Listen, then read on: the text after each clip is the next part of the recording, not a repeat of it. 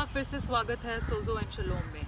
शादी मेरा मेरा को हमारा में बदलना है और बच्चे के आने से ये और भी ज़्यादा बदल जाता है जब दोनों माता पिता बच्चे के लिए अपनापन भूल कर उसके बारे में सोचना और प्लान करना शुरू कर देते हैं। परिवार एक यूनिट बन जाता है जहाँ हर एक दूसरे की सहायता भी करते हैं और एक दूसरे की भले के लिए भी सोचते हैं।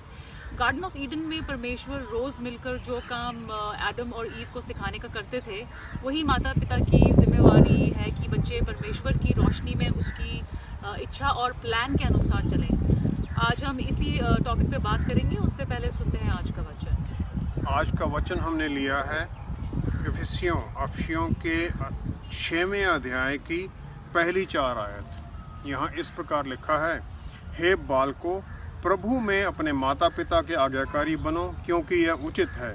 अपनी माता और पिता का आदर कर, ये पहली आज्ञा है जिसके साथ प्रतिज्ञा भी है, कि तेरा भला हो और तू धरती पर बहुत दिन जीवित रहे।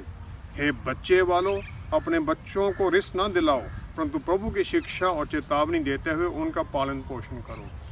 दूसरा हमने लिया है बाइबल रीडिंग लूका के पहले अध्याय की 76 और 77 आयत, जहाँ पर के ज़करिया जो प्रॉफिट है, जॉन द बैप्टिस्ट का फादर, जॉन द बैप्टिस्ट के नामकरण के समय पर उसे आशीष देता है। यहाँ इस प्रकार लिखा है 76 आयत, और तू हे बालक परम प्रधान का भविष्यवक्ता कहलाएगा, क्योंकि तू प्रभु का मार्ग तैयार करने के लिए उसके आगे आगे चलेगा, कि उसके लोगों को उद्धार का ज्ञान दे, जो उनके पापों को क्षमा से प्राप्त होता है। परमेश्वर के वचन को पढ़े और सुने जाने से आशीष हो। अब अपने रिलेशनशिप्स को, रिश्तों को बेटर बनाने के लिए या फिर उनमें खुशियाँ बनी रहे, उसके लिए हमें क्या करना चाहिए और क्या ज़रूरी है उसके लिए। पिछला प्रोग्राम हमने किया था पति पत्नी के रिश्ते के बारे में। उसको देखने के बाद में हमारे एक दोस्त ने हमें मैसेज भेजा। उसने बताया कि एक पति अपनी पत्नी के साथ नाराज़ होकर एक पार्क में जाके बैठ गया और गुस्से में आपस में अपने आप से ही बात कर रहा था। तो एक बुज़ुर्ग इंसान उस बेंच पर उसके पास आके बैठ गया। उसने उससे पूछा, क्या हुआ, क्या मैं तुम्हारी कुछ मदद कर सकता हूँ? उसने बोला कि मेरी पत्नी मुझे समझती ही नहीं है, हर वक्त मेरे साथ सवाल ही करती रहती है। तो बुज़ुर्ग ने बोला, अगर तुम मेरी कुछ बातों का जवाब दो तो मैं शायद तुम्हारी मदद कर सकूँ। उन्होंने बोला, पहले ये बताओ कि तुम्हारे घर में कपड़े कौन धोता है? बोली, मेरी पत्नी। खाना कौन बनाता है? मेरी पत्नी। साफ़ सफाई कौन करता है? मेरी पत्नी। बच्चे को कौन संभालता है? मेरी पत्नी। सबसे पहले कौन उठता है घर में? मेरी पत्नी। सबसे बाद में सोती कौन है? मेरी पत्नी। तो उन्होंने बोला, अगर पत्नी तुम्हारे लिए इतना कुछ कर रही है, तुम उसके लिए क्या करते हो? रिश्ते वही मजबूत होते हैं जहां एक दूसरे को कुछ ना कुछ हम ऐड करें उसके लिए। जैसे पिछले प्रोग्राम में हमने देखा था, अगर हम दूसरे को ऊपर उठाने के लिए कुछ नहीं कर रहे हैं तो रिश्ते में मजबूती नहीं आएगी, उसमें परेशानी होती रहेगी। इब्रानियों की पत्री में 10वें अध्याय की 24वीं आयत में लिखा है, और प्रेम और भले कामों में उकसाने के लिए हम एक दूसरे के चिंता करते रहें। इंग्लिश में है encourage one another towards love and good deeds. एक दूसरे को उत्साहित करें प्यार के लिए, अच्छे कामों के लिए। Then we are adding something. पहले जॉइंट फैमिलीज थी। जॉइंट फैमिलीज में क्या था कि बुजुर्ग लोग जो थे, रिटायर्ड थे, तो वो बच्चों को संभालते थे। जो दादी थी वो बच्चों को पकड़ लेती थी, बच्चों को संभालना। दादा बच्चों को स्कूल छोड़ना, इधर उधर वो काम करते रहते थे। कुछ सामान लेके आना, वो लेने चले गए, वो भी बिजी रहते थे, उनकी एक्सरसाइज भी होती रहती थी। दादी बच्चों को रात को सोने के समय अपने पास ले आती थी ताकि उनको कहानी सुनानी, उनके साथ वो सो जाते थे। इससे क्या था? पहला तो ये था, उन कहानियों के द्वारा वो बच्चों को संस्कार देते थे, वचन के अनुसार वचन की कहानियाँ सुनाना और उन्हें अच्छी बातें समझाना। दूसरा ये था कि पति पत्नी जो यंग थे, उनको आराम का एक मौका मिल जाता था। जो माँ थी उसे बच्चे को दादी के पास छोड़ के कुछ समय आराम करने का मिल जाता था। तो ये है रिश्ते को एक दूसरे में बनाए रखना। मत्ती के 7वें अध्याय की पहली आयत में लिखा है जज नॉट एंड कंडेम नॉट, जहाँ वो ये लिखा गया है कि किसी, अगर हम देखें उसमें लिखा है दोष मत लगाओ कि तुम पर भी दोष ना लगाया जाए। दोष ना लगाना है, कंडेम करना है। जैसे हमने अभी वो मैसेज मैंने बताया था पति के बारे में, मेरी सुनती ही नहीं है। अगर हम दोष लगाएंगे तो हम उसकी अच्छी चीज़ों को नहीं देखेंगे, उसकी अच्छाई से हमारी नज़र हट जाएगी। और यहाँ पर ग्रीक जो शब्द इस्तेमाल किया गया है वो है क्रीनो। क्रीनो और क्रेनेट, KRINO KRINET, क्रेनेट। इसका मतलब है सेपरेट फॉर पनिशमेंट, बंदे को सजा देने के लिए अलग करना। कॉन्डेमनेशन, दोष लगाना, ये है, इसका मतलब ये हो जाता है। और अगर हम दोष लगा रहे हैं पत्नी के ऊपर या पत्नी पति पर लगा रही है तो उसे हम सज़ा का हकदार घोषित कर रहे हैं, जबकि हमारा ये इरादा नहीं होता है। तो रिश्ते में जहां हम ये दोष लगाने का काम शुरू कर देते हैं तो हमारी नज़र उसकी अच्छाई से हट जाती है। और तीसरी और 5वीं आयत में तो ये लिखा गया है कि तुम अपनी आँख के अंदर जो दूसरे की आंख में जो छोटा सा एक स्पेक है, एक मिट्टी का कतरा चला गया, तुम उसको निकालने के लिए तैयार हो, उसको तुम बताने के लिए तैयार हो। तुम्हारी अपनी आंख के अंदर जो एक लकड़ी का पूरा लट्ठा घुसा हुआ है तुम वो नहीं देख रहे हो।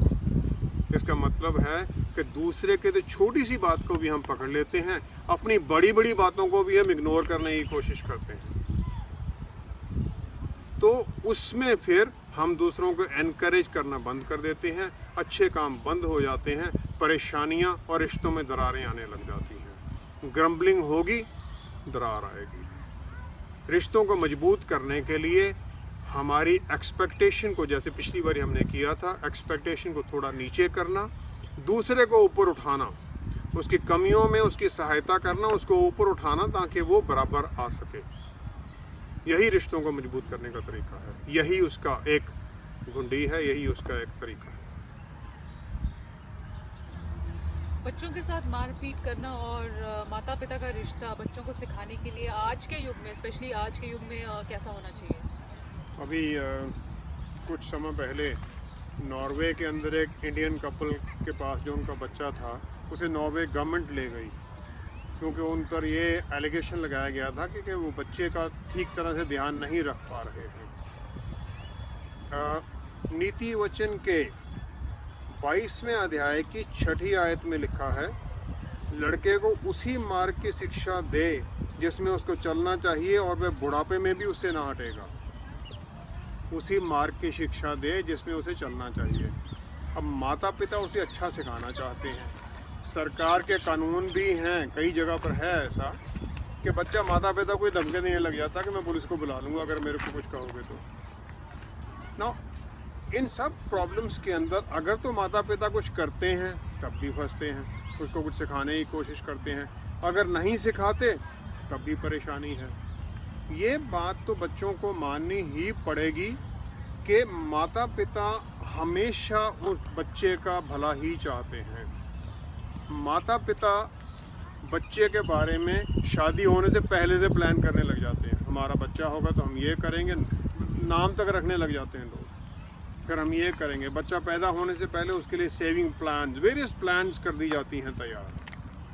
उसके स्कूल एडमिशन भी रजिस्टर कर दिया जाता है पहले ही अच्छे स्कूलों में, क्योंकि सालों साल पहले रजिस्ट्रेशन हो जाती है। No, they plan all these things और फिर उस सारे प्लान्स को वो बच्चे के अंदर पूरा करने की कोशिश करते हैं। वचन के अंदर जोसेफ और मरियम के रिश्ते के बारे में है। उनके प्रभु यीशु के अलावा 4 और लड़के हैं। वचन के बारे में वो समझाते हैं तो चारों में से 2 और, जेम्स याकूब और जूड यहूदा, वो दोनों के भी इस पुस्तक के अंदर उनके वचन लिखे गए हैं। एक घर के अंदर 5 लड़के थे, 5 में से 3 प्रभु यीशु के साथ, 3 इस उसमें आ गए कि उनके वचन यहाँ लिखे गए जिसके साथ के दुनिया कुछ सीखे, कुछ अच्छा सीखे उससे।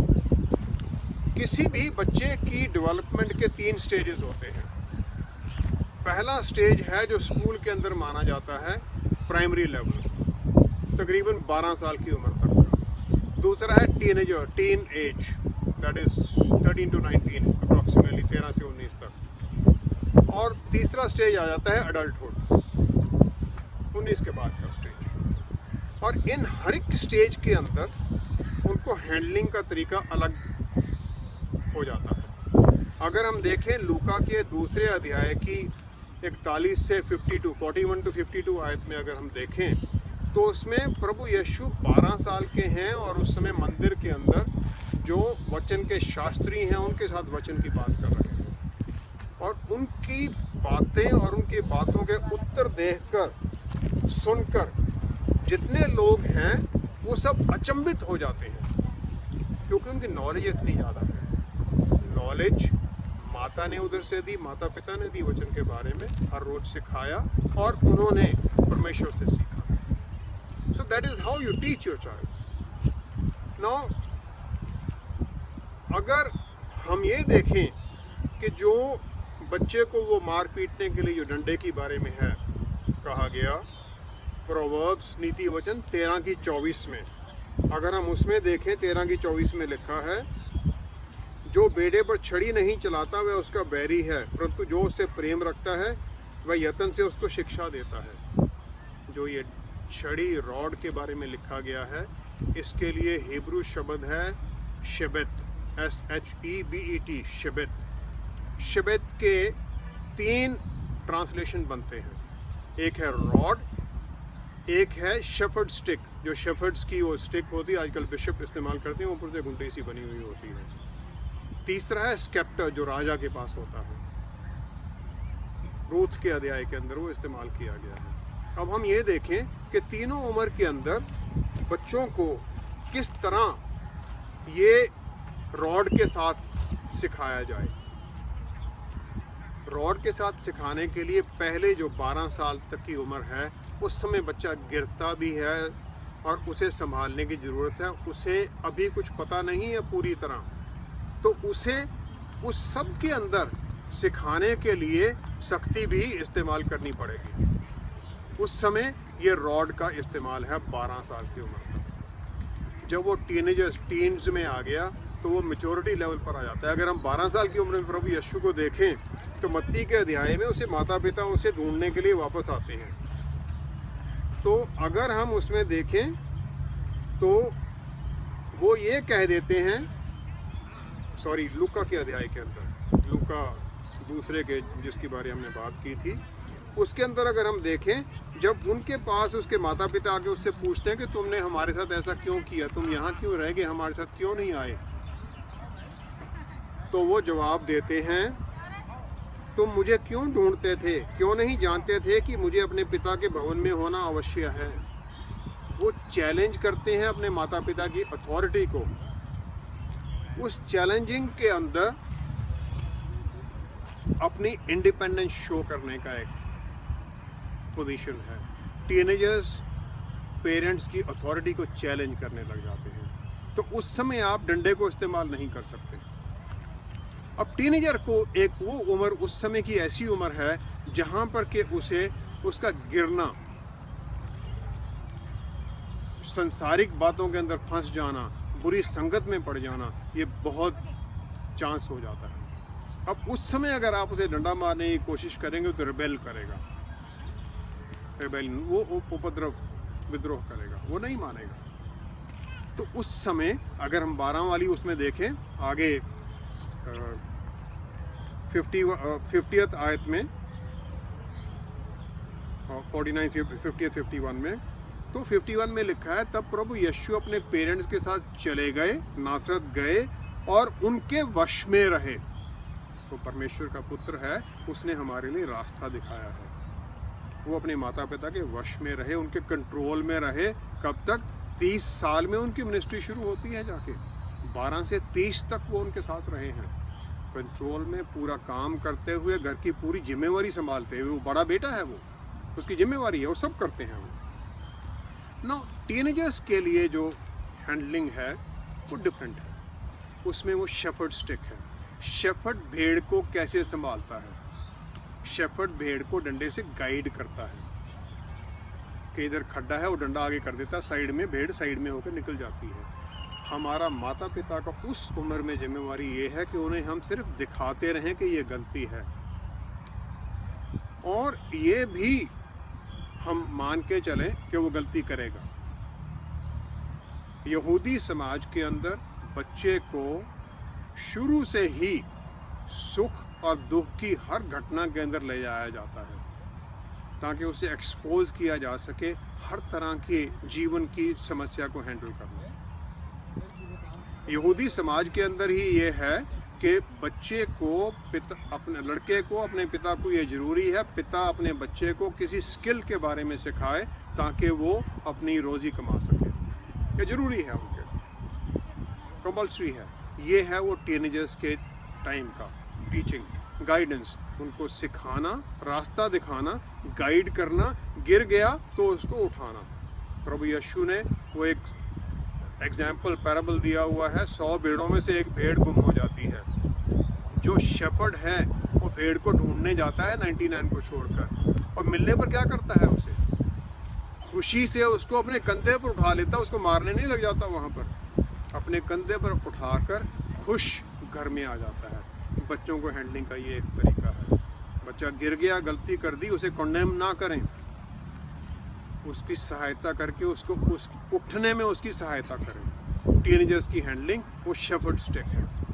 अभी टीनेजर से आगे चला गया। अगर हम देखें ये जो बच्चे की एज का है, एक्सोडस का अगर हम देखें 33 का 11वां अध्याय, वहाँ पर जोशुआ के बारे में कहा गया है, शब्द इस्तेमाल किया गया है नार, NAR, हिब्रू शब्द नार है। जो नीति वचन में था वहाँ भी नार ही है। बच्चे को सिखाने के लिए जोशुआ उस समय 30 से 40 साल की उम्र का है, बच्चा नहीं है वो, जब वो मोसेस के साथ काम कर रहा है, उसका असिस्टेंट है वो मोसेस का। इसका मतलब सिखाना आप 19-20 साल की उम्र में बंद नहीं कर देते हैं, आपका सिर्फ तरीका बदल जाता है। अब वो एडल्ट हो गया। टीनेजर्स की मैं एक और एग्जांपल आपको देना चाहूँगा। दाऊद जाता है पहला शमूएल 17वें अध्याय में अपने भाइयों का खाना लेकर, जैसी उसका फादर उससे भेजता है कि जाओ उनके पास जाओ। वहाँ पर गौलियत ने हल्ला मचा रखा है, पूरी इजरायली सेना बैठी है, 40 दिन से वो उपद्रव चल रहा है। दाऊद जाता है, उसे देखता है और लोगों से पूछता है। उसके सबसे बड़ा भाई दाऊद को डांट देता है, तुम क्यों पूछ रहे हो इसके बारे में। उसको एनकरेज नहीं करता है, उसे डांटता है, ये हैंडलिंग नहीं होगी, वो नहीं मानेगा। और वही हुआ, दाऊद ने पूछा, दूसरों से पूछ के फाइनली जा लड़ा वो गौलियत के साथ। उसे करना ही था ये, तो उसे हैंडल करके उसे सिखाएं, इक्विप कर दें। लड़ना तो तूने है, अब कैसे लड़ना हम तेरे को ये सिखाएं, उसको हम गाइड करना शुरू कर दें। वो है वो शेफर्ड स्टिक वाला टीनेजर्स का। अब हो गया अडल्ट। अडल्टहुड के अंदर लड़के की या लड़की की शादी हो गई, लड़के की शादी हुई तो लड़की बहू घर में आ गई। अब माता पिता उसके बहू को भी परेशान, लड़का भी परेशान, तो हमें नहीं देख रहा है वो। अब उस पोजीशन के अंदर वो लड़का एक इंडिपेंडेंट फैमिली का हेड है। जैसे इधर पिता फैमिली का हेड है, वहाँ पर लड़का अपनी फैमिली का हेड है। उसे अपनी वाइफ के साथ, जैसे हमने पिछले प्रोग्राम में किया था, अपनी वाइफ के साथ उसे अपना एक घर बनाना है। उस जगह पर अगर आप उसे दबाव में डालेंगे, वो इधर से भी दबाव में आएगा, वाइफ उससे कुछ और चाहेगी, वो बेचारा फंस जाएगा। तो रूथ के एस्थेर की किताब के अंदर एस्थेर जाती है अपने हस्बैंड जो राजा है उसके पास। राजा के पास कोई नहीं जा सकता जब तक कि वो स्केप्टर ना दिखा दे। अगर नहीं दिखाया गया तो बंदा मार दिया जाएगा। रानी उसके पास जाती है। नौ तीसरे एडल्टहुड के अंदर हैंडलिंग है उस स्केप्टर की तरह। बच्चा ये भी नहीं कि हर चीज़ के लिए आके रोने लग जाए आपके पास। एडल्ट है भाई, तो अपना आप हैंडल भी करने लग जाए, भी कुछ अपनी जिम्मेवारियां संभाल। हर वक्त नहीं, लेकिन हम अवेलेबल भी हैं। स्केप्टर है जो रास्ता दिखाता है। उसकी बड़ी मुश्किलों के अंदर उसे रास्ता दिखाना वो स्केप्टर टाइप हैंडलिंग है, जो कि सारी उम्र चलती रहती। जब तक मैं जिंदा हूँ तो मेरी लड़कियाँ ये दोनों हैं, मैं इनके साथ इनको बताता रहता हूँ। हाँ, ये बात गलत है, कई बारी मैं वो पहली पोजीशन में जाने की कोशिश करता हूँ और तीसरी में आने की बजाय वो गड़बड़ हो जाती है। रिश्तों में ये हमारे साथ होता रहता है ऊंच नीच, लेकिन हम समझें कि किस उम्र में किस प्रकार करना है। लेकिन ये कोई सैक्रोसैंक्ट नहीं है कि कहीं पर आप मारपीट करना शुरू कर दें, ये नहीं होगा। बच्चे को प्यार से ही समझाना पड़ेगा। और जब हम देखते हैं अडल्टहुड के अंदर नो इंटरफेरेंस रिलेशन आ गई। पिता जकारिया का हमने वो वचन पढ़ा था लूका के पहले अध्याय की 76 और 77 आयत के अंदर।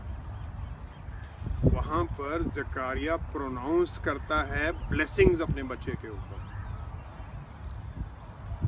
जॉन द बैप्टिस्ट के ऊपर, जो हमने पढ़ा था कि तू परमेश्वर के पुत्र के आगे उसका रास्ता डिक्लेयर करेगा। आयजाया ने वो डिक्लेयर किया था, वो वहाँ पर फुलफिलमेंट हो रही है। हम बच्चों के ऊपर ब्लेसिंग्स प्रोनाउंस करते हैं, माता पिता। अगर आप बच्चे को सवेरे उठने से अभी उठा नहीं है तो उन्हें सोया ही रह जाना है। अगर हम शुरू से वही करने शुरू लग जाएं तो उन्हें फेल हो जाना है, तू कुछ नहीं कर सकता जीवन के अंदर। तो बच्चे के मन के अंदर यही बैठ जाना है और हम उसके ऊपर श्राप बोल रहे हैं, क्योंकि जो हम बोल रहे हैं परमेश्वर की अथॉरिटी में बोल रहे हैं। हम बच्चे को क्या बोल रहे हैं, उसके ऊपर क्या डिक्लेयर कर रहे हैं, वो भी हम सोचें। तो डिसिप्लिनिंग और टीचिंग बच्चे को ये सारी बातों में आ जाता है। सो प्री टीन्स जो 12 साल की उम्र तक है, थोड़ी सख्ती भी चलेगी। टीनेजर्स के लिए शेफर्ड स्टिक है, गाइड, थोड़ा बचा के उनको बचाना, मदद करना, उठाना, गिरे हुए को उठाकर शाबाशी के साथ लगा देना, कॉन्डेमनेशन नहीं है। अडल्ट हो गया सिर्फ रास्ता दिखाने का ही है। बच्चे का डिसिप्लिनिंग यही एक तरीका है जो वचन के अनुसार है, परमेश्वर के आज्ञा के अनुसार है। को फिर डिसिप्लिन या अनुशासन कैसे सिखाया जाए? हमने बच्चों की जो 3 उम्र का जो हमने बातें अभी की हैं, उसके आगे हम देखें अफशियों के 6ठे अध्याय की 4थी आयत में इस प्रकार लिखा है, हे बच्चे वालों अपने बच्चों को रिस ना दिलाओ। Don't provoke your children. Provoking है ऐसी बातें कह देना कि वो गुस्से में लड़ाई के तरीके में आ जाएं। आगे लिखा है, परंतु प्रभु की शिक्षा और चेतावनी देते हुए उनका पालन पोषण करो। डिसिप्लिनिंग के लिए जो शब्द इस्तेमाल किया गया है, हिब्रू शब्द, वो है मोवकार, MUWCAR। उसका मतलब है चेस्टनिंग, ताड़ना करना, करेक्टिंग, ठीक बात बताना। वर्बल है, ये मारपीट नहीं है। अब ये जो अफशियों के 6वें अध्याय में हमने देखा है, यहाँ पर जो पहला है, पहली चीज़ है शिक्षा और चेतावनी, डिसिप्लिन एंड एडमोनिशन। उसके लिए पहला है ग्रीक शब्द पैदैया, PAIDEIA। इसका मतलब है instruction to take one to full maturity. ऐसी शिक्षा देना कि वो पूरी तरह से मैच्योर हो जाए, प्रभु की शिक्षा, उसको इस प्रकार ऊपर उठाना। दूसरा डिसिप्लिन है नौथेसिया, NOUTHESIA, ग्रीक शब्द हैं दोनों, वार्निंग और teaching. This is warning is God inspired, परमेश्वर की तरफ से जो आपको आता है, भाई इसको सिखा दो आप, तो उसको वो बताना, जिसका मकसद है उसकी रीजनिंग को इम्प्रूव करना ताकि वो सोल्यूशन हल निकाल सके अपनी प्रॉब्लम्स का। शेफर्ड स्टिक वाली गाइडिंग है।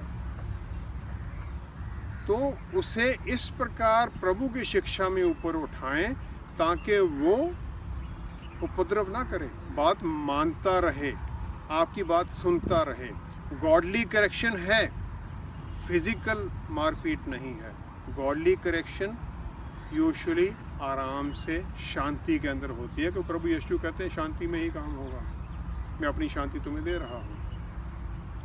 और अगर हम देखें पौल इसके बारे में क्या कहते हैं, पहला थिस्सलुनीयों उसका 2 अध्याय, तो उसकी 10वीं और 11वीं आयत में थिस्सलुनियन चर्च के अंदर जो लोग थे, पौल उन्हें सिखा के गए हैं, उन्हें वचन के बारे में सिखाया है। तो वो कहता है वहाँ पर, तुम आप ही गवाह हो और परमेश्वर भी गवाह है कि तुम विश्वासियों के बीच में हमारा व्यवहार कैसा पवित्र और धार्मिक और निर्दोष रहा। पवित्र, धार्मिक और निर्दोष रहा। तुम जानते हो कि जैसा पिता अपने बालकों के साथ व्यवहार करता है, वैसे ही हम भी तुम में से हर एक को उपदेश करते और शांति देते और समझाते रहे। उपदेश करना, शांति देना, समझाते रहना, पिता की तरह। ये पॉल एग्जाम्पल देता है। ये है बच्चों को डिसिप्लिन सिखाना, उनके मुताबिक आगे बढ़ना, उनको आगे उठने के लिए उनकी मैच्योरिटी तक उनको लेके जाना। प्रोग्राम ख़त्म करने से पहले मैं कुछ टेस्टिमनीज़ के बारे में बताना चाहूँगा। बठिंडा से कुछ दिन पहले हमें एक फ़ोन आया, एक हमारी लड़की है वहाँ पर जो प्रोग्राम देखती है, उसने बताया कि उसके भाई के घर में लड़का हुआ है, 8-9 साल की शादी होने के बाद में बच्चा हुआ। डॉक्टरों ने कह दिया कि इसके बचने का चांस नहीं, क्योंकि इसके लंग्स जो हैं पूरी तरह डेवलप्ड नहीं थे। तो हमने उससे पूछा तुम्हारा मन क्या कहता है? सर मेरा मन ये कहता है कि बच्चे को कुछ नहीं होगा। हमने कहा तुम वचन में बनी रहो, अपने विश्वास में बने रहो। लड़ाई शुरू करते हैं। लड़ाई शुरू हुई प्रार्थना की। 2 दिन बाद उसने बताया कि डॉक्टर्स ने बोल दिया है PGI ले जाओ चंडीगढ़ में, बच्चे ने बचना नहीं है। हमने कहा जो मर्जी वो कहते रहें, वचन कहता है ठीक होगा। यहाँ आ गई, प्रार्थना लगे रहे हम। 10 दिन बाद उसका टेलीफोन आया कि डॉक्टरों ने बच्चे को हॉस्पिटल से छुट्टी दे दी है, ये कहकर कि बच्चे में अभी कोई तकलीफ़ नहीं है, बिल्कुल ठीक ठाक है। बच्चा बिल्कुल सेहतमंद, बिल्कुल ठीक है। आप हमारे साथ अपनी प्रॉब्लम्स के बारे में शेयर करते रहिए, पर हमारा काम है प्रार्थना करना, हमारा काम है परमेश्वर के सामने आपकी प्रॉब्लम को लेके जाना। हल परमेश्वर ने करना है। आप विश्वास में बने रहेंगे तो हल निकलेगा ही जरूर। ये हमारा विश्वास है। आइए हम प्रार्थना करें। पिता परमेश्वर, धन्यवाद है आपका कि आपने हमें ये मौका दिया है, ये जीवन दिया है कि हम जान सकें आपको, आपके प्यारे बेटे हमारे उद्धारकर्ता प्रभु यीशु के द्वारा। पिता परमेश्वर, आप हमें प्यार करते हैं और हमें सब वो फैसिलिटीज़ देते हैं, बच्चे, परिवार, हर तरह की आशीष। प्रभु यीशु, आपने हमें पवित्र आत्मा परमेश्वर दिए हैं जो हमारे अंदर हैं, हमारे साथ हैं, हमारे गाइड हैं, हमारे टीचर हैं। पवित्र आत्मा परमेश्वर, हमें सिखाइए सबको कि अपने परिवार के अंदर और प्रोफेशनल ज़िंदगी के अंदर, पूरी ज़िंदगी में हम अपने रिश्तों को किस प्रकार अच्छा और मधुर बना सकें, ताकि हमारे रिश्तों के द्वारा भी प्रभु यीशु हम आपकी महिमा करें, आपकी आशीष के अंदर हम चलें। प्रभु यीशु, धन्यवाद है जो लोगों के लिए हम प्रार्थना करते हैं उनको आशीष चंगाई देने के लिए। धन्यवाद है कि आपने हमें परिवार दिए हैं और जिनके रिश्ते बन रहे हैं उनके आपने रिश्ते बनवाए हैं, और आपकी प्लान के मुताबिक उनके रिश्तों के अंदर, उनके जीवन के अंदर खुशियाँ और आनंद ही आनंद हो। जितने लोग इस प्रोग्राम को देखते हैं, हम सब एक परिवार हैं और सब परिवार सारा हम आपके सामने खड़े हैं प्रभु यीशु, आपकी महिमा करने के लिए, आपसे आशीष पाने के लिए। आपका हाथ सब पर बना रहे।